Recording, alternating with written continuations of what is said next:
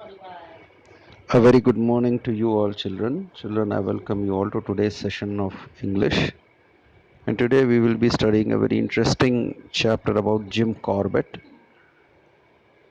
And it is not with a gun but with a camera. Right? Now, Jim Corbett was a world famous naturalist, photographer, and a writer who had a wildlife sanctuary named after him. Now, there are few important words here. Please underline them. The first is naturalist. Now, naturalists are those people who write about nature, who go for photography of nature, who write books on the beauty of nature, right?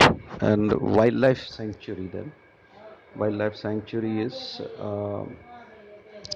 a big place where animals, wild animals generally, are born and brought up in an environment which is just like a jungle, but under some um, under human eyes, so that no harm can come to them and they can be preserved.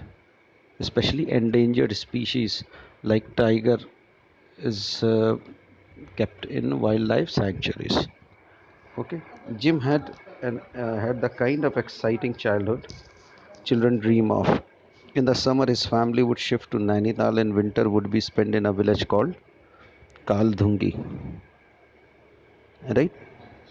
So, near the village was a dense forest, and he came to know the jungle like the back of his hand. Right?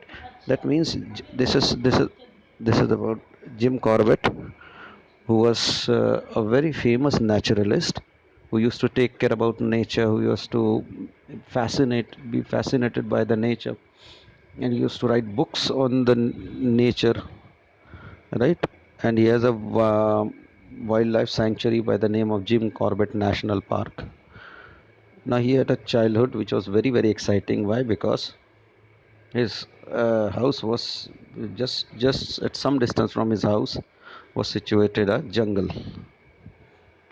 right? He had spent his childhood in a village nearby which there was a big jungle, right? So he was very well familiar with that jungle, just like the back of his hand. Jim found a good friend in Kunwar Singh, the village headman, to teach him the way of the jungle. Kunwar's teaching were invaluable. Jim was quick to learn and soon knew every rock, every tree, every water hole, and every game of track in this forest. Now, um, Jim had a great friend whose name was Kunwar Singh, in the village headman, to teach him the ways of jungle. And this guy Kunwar's teachings are basically what what things did that man told him about the jungle, right?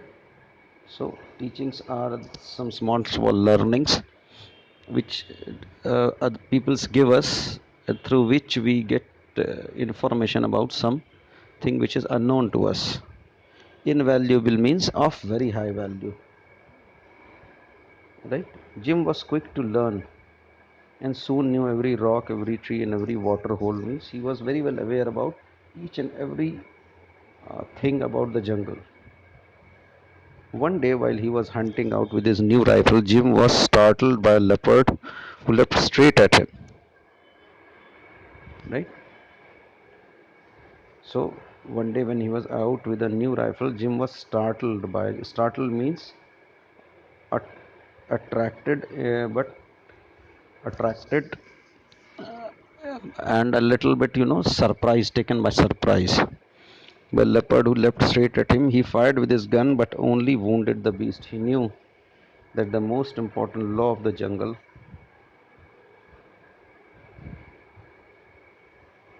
was that he must shoot to kill, because yet wounded animals can be very dangerous. Jim was only 10 years old then. He was scared, right? His mouth went dry. He cautiously stalked the leopard and, taking careful aim, shot it dead. Trembling, he ran home to tell others. Now, cautiously means taking all the precautions. Stalked is to keep an uh, eye on the, or to trace the animal, go after it, right? And taking careful aim, shot it dead. Trembling is shaking with fear, right? See here, children, there is a word trembling.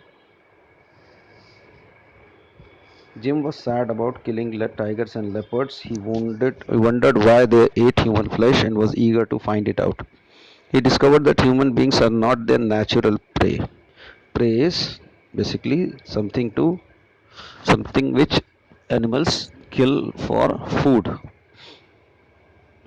However, when a tiger is wounded by a bullet or injured in a trap, it is not able to hunt animals for food and so starts attacking humans instead. Does he realize that man himself is most often responsible for turning a tiger into man eater? So, Jim was very unhappy with the fact that these leopards and tigers they kill human, but and he was surprised that he came to know that it's not in their nature to kill and eat human, but they do so when they are unable to run and catch the prey, because humans cannot run as fast as these animals, right?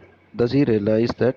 And thus he realized that it is the man who turns these animals into man eaters, because they wound them, they injure them. To all the people who say a tiger is a bloodthirsty and cruel animal, Jim Corbett has a very different story to tell. He knew that a tiger never attacks a human being unless it is provoked. If you do meet one face to face, just stay still and it will pass by you. Right, as you can see in this picture. Right? See, human being killing the innocent animals. Right? So he says that tigers never kill animal, and if you remain still, they will not even touch you. Right? There is a word in this which is provoked. Right? Provoked means to entice somebody or to push somebody to perform undesirably. Right? Okay. Pressurized. One day while he was out to shoot with three army officers, Jim saw a huge flock of waterfowl. The officers started shooting at them, and nothing that Jim said made them stop. He was horrified at this senseless killing. He thought that if people keep on killing like this, these beautiful creatures would soon become extinct, so he started to a crusade to protect animals and their habits. Right? So one day what happened, he took three army officers with him, and there was a huge flock of waterfowl, and these animals started killing these waterfalls, right? And Jim was in a shock, and he thought that if things like this continue, these animals will become extinct. So he started a crusade to protect them. A meeting with F.W. Champion, a wildlife photographer, completely changed this transformation, and so Jim became an excellent shot, not with gun but with a camera. So F.W. Champion was a wildlife photographer, and a meeting with him changed Jim Corbett into a wildlife photographer. Right? So I stop here. I hope you enjoyed this chapter as much as I did. Until we meet again, it's a goodbye.